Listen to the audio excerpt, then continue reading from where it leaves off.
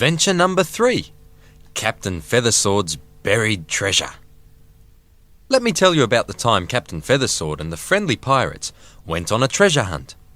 The pirates' ship sailed over the ocean for many days. The water was very rough, and poor Penelope began to feel very seasick. Oh, don't worry, Penelope, said Captain Feathersword. We'll be at the island very soon. Penelope still felt ill, but she knew that she would feel better when they got to the island. They were going on a treasure hunt, and everyone was very excited. Captain Feathersword had found an old treasure map from many years ago. X marked the spot where he had buried the treasure and since forgotten where it was hidden. The 4 friendly pirates knew it would be a great adventure to go and dig up the buried treasure. He's got a treasure chest buried below the land. No one knows where it's hidden, it's buried below the sand. A treasure map is what he'll use to find his treasure chest. When he goes to dig it up, that's what he likes best.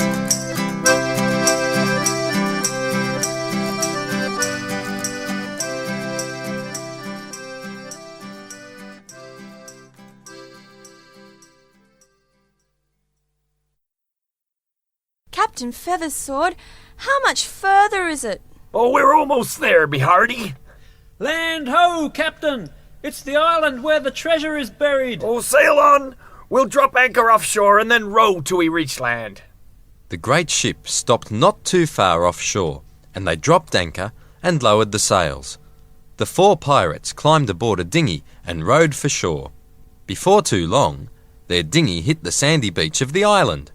We're here at last. I'm glad we're here. Now my stomach will feel a bit better. Well, now according to my map, the treasure is buried under a tree at the foot of the tallest mountain on the island. That must be it over there, Captain. See the mountain in the distance? It stands much taller than the others. You're right, Raj. We shall head for the mountain, and there we will find the tree where the treasure is hidden. The pirates walked toward the mountain, singing as they walked to pass the time. We're walking, we've got to walk a very long way, but singing will help us walk and walk all day. The pirates walked for hours through thick forest and through creeks with many different coloured fish. They soon arrived at the bottom of the tallest mountain, which now seemed gigantic to the pirates. I'm glad the treasure isn't buried on top of the mountain, Captain Feathersword. I really don't feel like climbing all the way up there. Yes, Imran, it certainly is a long way, and I don't think I could have carried the treasure chest up there to begin with. So, where's the tree where the treasure is hidden, Captain? We're here at the bottom of the mountain, and there's no trees. And what's more, I can't see the treasure anywhere. Well, of course you can't see the treasure. It's buried below the sand. Hang on, I'll have a look on my map. Good. That will give us a chance to sit down and have a rest. Ooh, my feet are pretty sore from all that walking. Captain Feathersword got the map out of his pocket and opened it up. It was a big piece of paper, about the size of a tabletop. He needed some help to hold it open because it was so large. So Penny helped him to hold it. Oh, thank you, Penny. So if the X is on the side of the mountain closest to the ocean, and we're here at the bottom of the mountain with the ocean next to us, then where is the tree with the treasure? It must be here somewhere. The pirates were actually in the right spot. They were standing directly above where the treasure was hidden, but the tree had been hit by lightning many years ago. All that was left now was a sandy clearing with a burnt-out stump of a tree. What I don't understand, Captain, is that if the map says the tree is here, why isn't it here? Where could it have gone? Trees don't just get up and walk away. Oh, no, you're right, me hearty. But I buried that treasure a long time ago at the bottom of the tree. Anything at all could have happened to it. In fact, I wouldn't be surprised at all if the tree was struck by lightning and left only this burnt stump.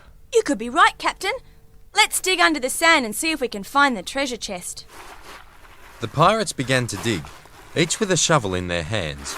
They dug for some time through the sandy soil until, all of a sudden, Imran struck something hard. Captain, I found it! I've found your buried treasure! Oh, good, Imran. Stand back and let me see it. Captain Feathersword cleared away the sand from around the hard object and knocked on it with his hand. Yes, it was definitely something hard, and it sounded wooden. Arr! I think we've found it, me hearties!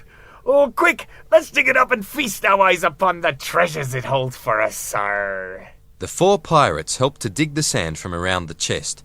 Soon, they had the chest sitting free in the hole they had dug. They all lifted at the 4 corners of the chest and put it up on the sand. Come on, Captain. Let's open it up. Come on, come on. Okay, but be prepared. I can't remember what sort of treasure I had buried in this chest. It might not be all gold. There might be jewels and silver as well. I'm not sure. The pirates stood back as Captain Feathersword opened the chest. Their faces looked blank with astonishment. It was full of cans of baked beans. Baked beans? Yes, that's right, baked beans. There was a whole chest full of baked beans. No gold, and no jewels, and no silver. Just plain old baked beans. Oh, Captain Feathersword, we're not going to be rich. There's no treasure. It's all been a waste of time.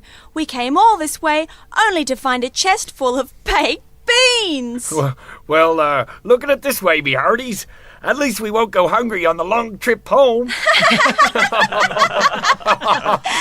The pirates all laughed together as they thought about their adventure. It was a fun adventure, and even though they had not come away with gold and jewels, they had a great time on their treasure hunt, and they also had a ton of baked beans to take home with them.